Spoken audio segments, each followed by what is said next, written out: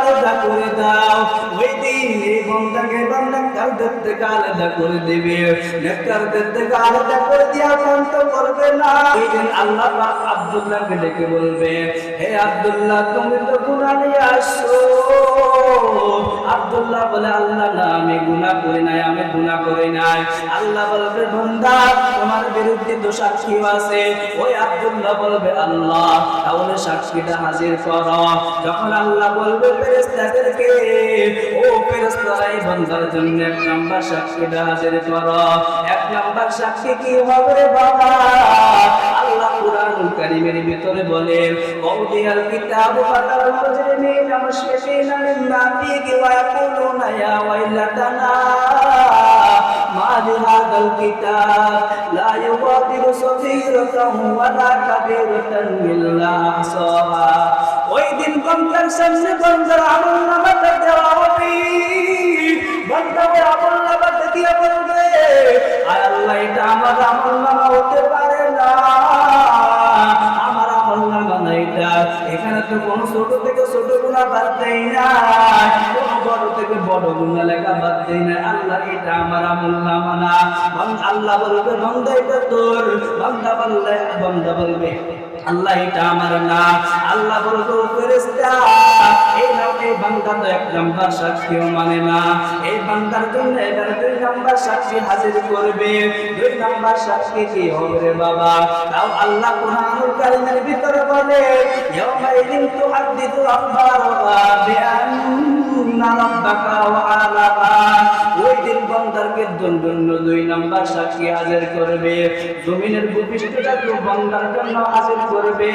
ওই জমিনের সাক্ষী দিয়ে দিবে, আয় আল্লাহ এই বান্দা আমার উপর দৌড়াইয়া গুনাহ করেছে, আমার উপর শুইয়া গুনাহ করেছে, আমার উপর বসিয়া গুনাহ করেছে।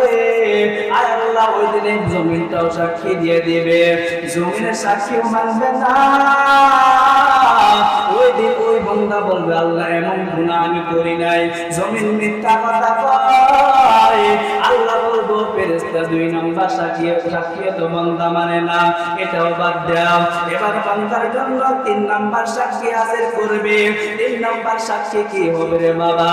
তাও আল্লাহ কুরআনুল কারীমের ভিতরে বলেন, কিরামান কাতিবিন ইয়ালামুনা মা তাফআলুন। ওই দিন বান্দার জন্য দুই কাজের ফেরেশতা, কিরামান মানে সম্মানিত, কাতিবিন মানে লিখনেওয়ালা। ওই লিখনেওয়ালা সম্মানিত দুই কাজের ফেরেশতাকে হাজির করবে। ওই দুইজন ফেরেশতাও সাক্ষী দিয়ে দেবে। বান্দাও সাক্ষীগুলো মানবে না। বান্দা বলবে, আল্লাহ এই ফেরেশতাগুলো মিথ্যা কথা বলে, আমি এমন গুনাহ করি নাই। এবার বলবে, ও ফেরেশতা এই বান্দা তো তিন নাম্বার সাক্ষী মানে না, বাদ দাও। এবারে বান্দার জন্য চার নাম্বার সাক্ষী হাজির করা হবে। চার নাম্বার সাক্ষী কি হবে রে বাবা? আল্লাহ তাও কুরআনুল কারীমের ভিতরে বলেন, আল্লাহুম্মা নাকিমু আলা আফওয়াহিহিম ওয়া তুকাল্লিমুনা আইদিহিম ওয়া তাশহাদু আরজুলুহুম বিমা কানু ইয়াকসিবুন।